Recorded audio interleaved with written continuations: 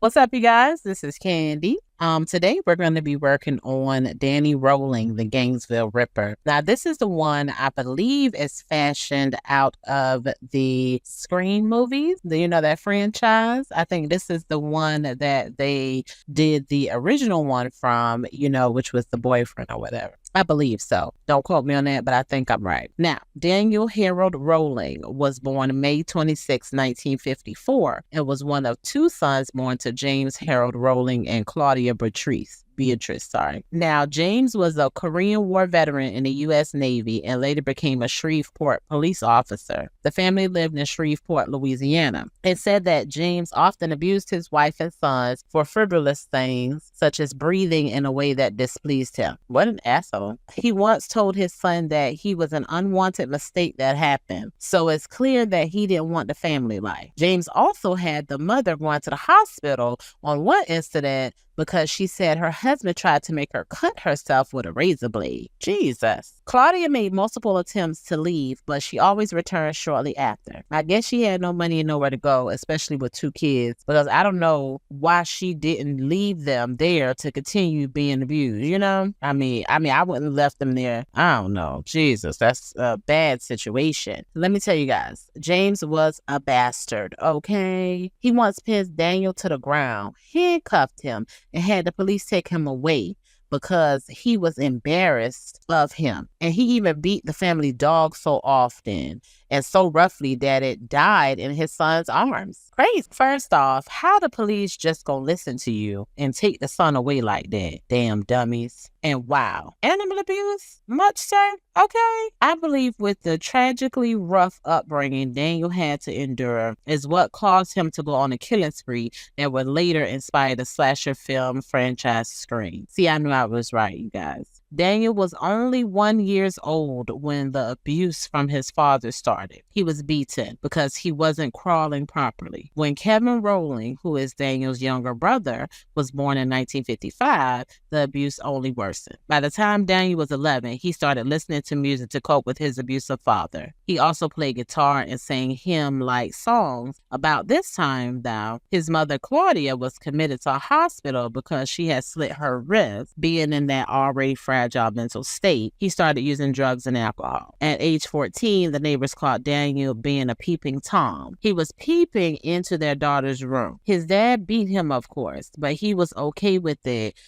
because he saw some tail. He was arrested several times over his teenage young adult life for robberies in both Georgia and Alabama, as well as Louisiana and Mississippi. He had trouble assimilating into society and holding down a steady job. He tried attending church as much as possible, but he wound up trying to enlist into the Navy. But the Navy wouldn't take him, probably because of his record, but the Air Force did. He found out too quickly that the Air Force was no comfy, cozy life. It was difficult, for sure. He eventually quit the Air Force after too much drug use, which, get this, included him taking or dropping, as they say, acid more than 100 times. Crazy, right? Now, after he was discharged from the military, he did meet and marry a woman named Omather Halco. He was at the time living with his grandfather, and for the time being found stability through his church. Daniel and his wife had a daughter. The home wasn't happy at all, because Daniel started exacting the same sort of abuse on his wife and daughter that he had experienced in his own childhood. Damn shame. He also recalls at this point in life that because of his early life, he developed multiple personalities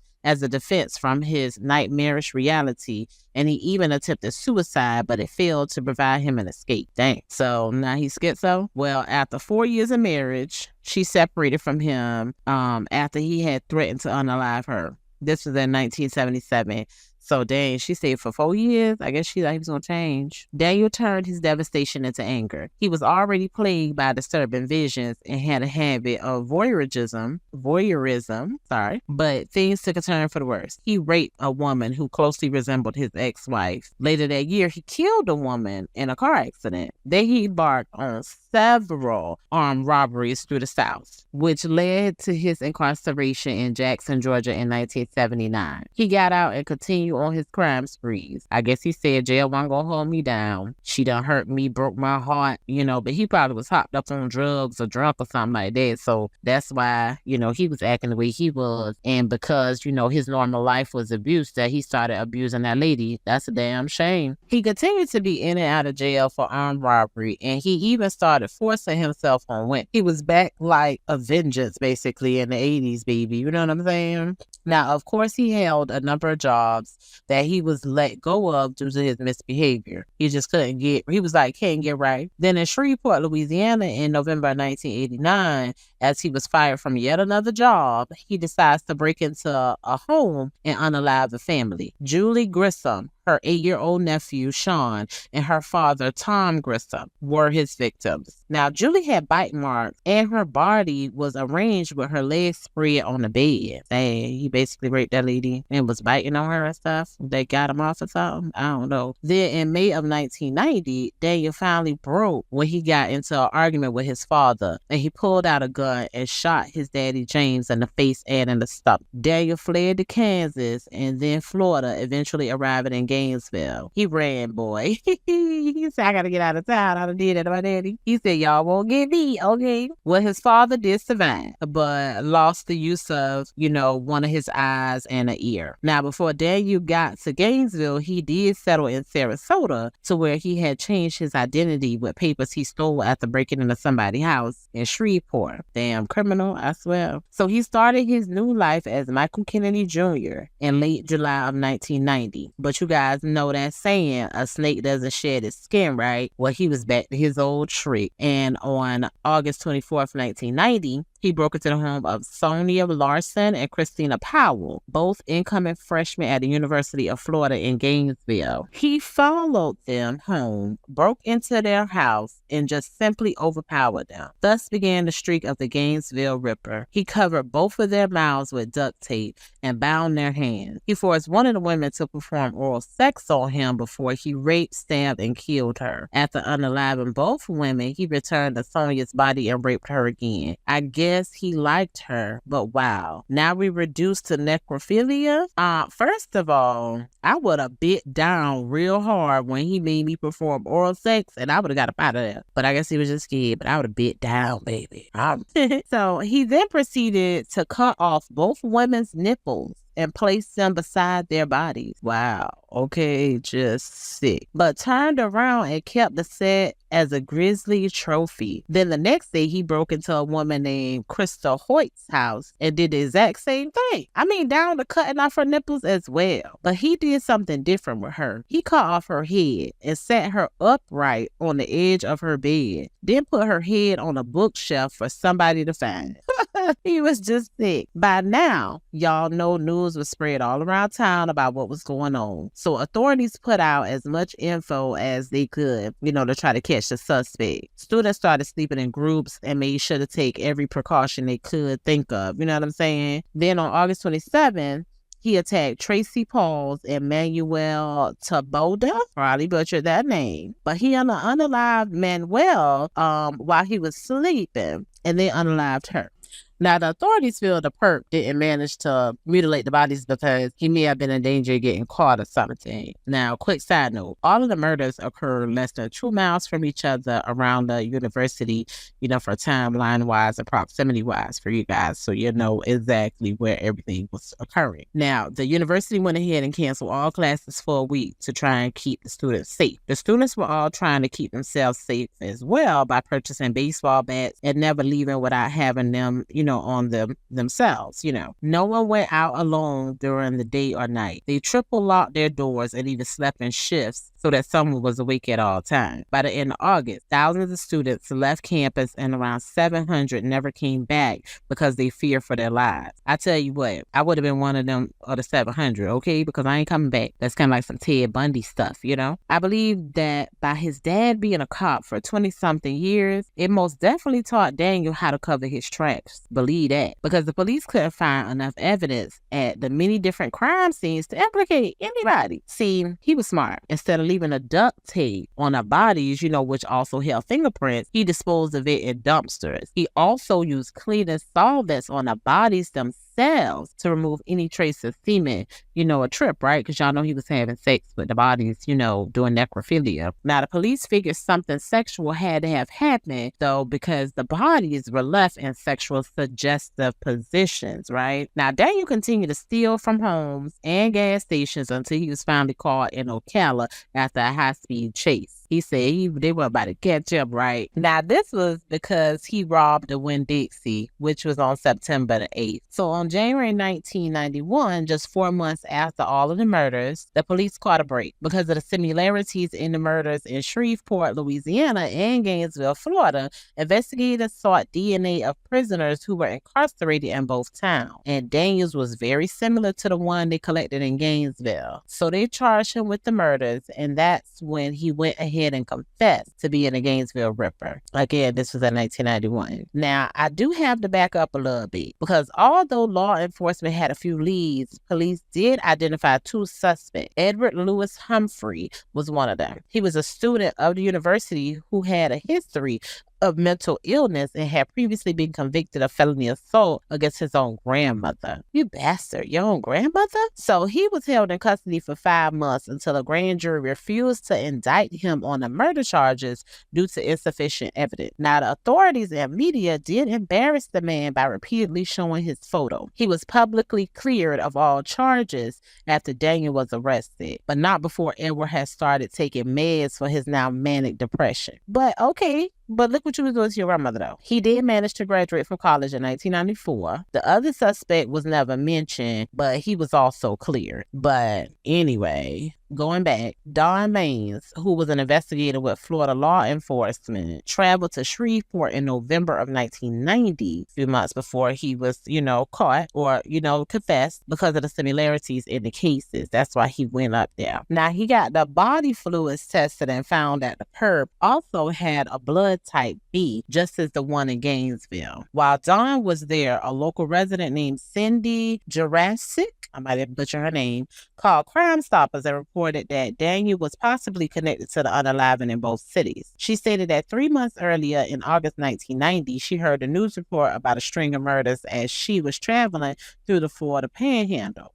She said it made her think of Daniel, whom she had met at her Louisiana church. She thinks he was possibly linked to the unalivings of the Grissom family because of the things he would say to her then husband, Stephen Dobbin. Now, Stephen and Daniel became friends, and Daniel would come over to hang out with Stephen every night for a while. She said then, one night, Stephen comes and tells me that he doesn't want Daniel to come by anymore. So she asked him why, and he told her that he would just, say some of the most disturbing things to him and told him he had a problem with sticking knives in people. She dismissed it because she didn't want to believe, he could have been the one responsible for the murders in the town and that he was in their house, just chilling like it was nothing. But don't dismiss, girl. She said that before he left town, he told him that one day he would leave town and go where the girls are beautiful, and he could just lay in the sun and watch beautiful women all day. She said she had to contact the authorities because it's been haunting her. Her hunch is what led to them investigating him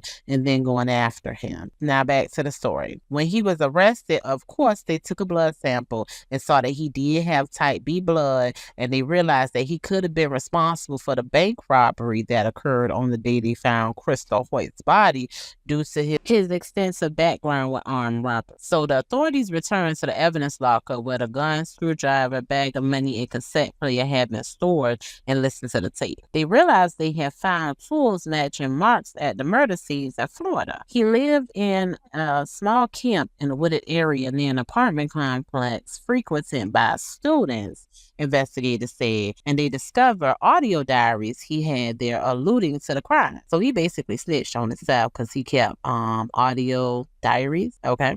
These were basically his trophies. It was discovered that on August 5th, 1990, Daniel had broken into the home of Janet Frake in Sarasota, Florida, to where he had bound and gagged her with duct tape while he sexually assaulted her but didn't kill her. Now, in November 1991, Daniel was charged with 5 counts of murder. He wasn't brought to trial for nearly 4 years, though. So he claimed during the trial that his motive was to become a superstar similar to Ted Bundy. In 1994, though, Before the trial went underway, he unexpectedly pled guilty to all charges. Now, I wonder if he was just like, I'm caught, forget it. His mom came and spoke at his trial. Claudia detailed the abuse that she believes changed him. She said she saw him lose control after his wife filed for divorce. She said his face got real hard, almost no emotion there at all, just kind of a deadpan expression, end quote. If I didn't know him so well, I probably wouldn't have known it was him, end quote again. Claudia also mentioned the family argument that resulted in Daniel shooting his father in the stomach and in the face. His dad, James, could be heard shouting off the camera. I wonder what he was saying. So the reason you could hear the daddy shouting off camera was because Court TV went to the mom and dad's home to conduct the interview, and it was shown in court. Now, this was done by State Attorney Rod Smith when he was presenting the penalty phase of the prosecution. And on April 20th, 1994, Daniel was sentenced to death. He was diagnosed with antisocial personality disorder, borderline personality disorder, and paraphilia. His mom passed away in 1995 after losing her battle with liver cancer while he was in jail. Shortly before Daniel was executed, he claimed responsibility for the Shreveport murders,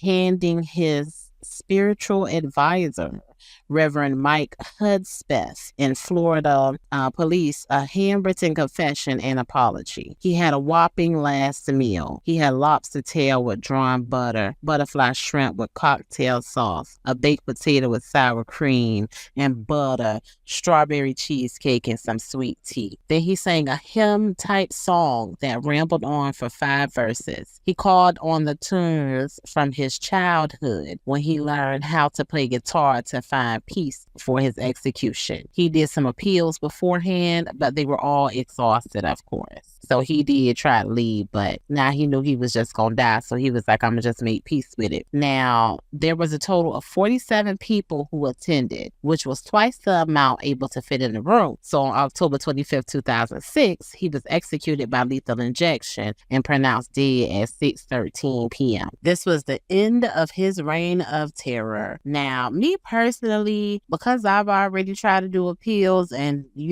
they was like, no, it ain't going to happen, Cap. I would have probably ordered something that I knew I was allergic to, so I could have just went ahead and died in the cell. Y'all ain't going to get the, what do they call it? Y'all not going to get the pleasure of killing me, okay? I'm going to kill myself. But, that's how most people would say, oh, that's the coward's way out or whatever.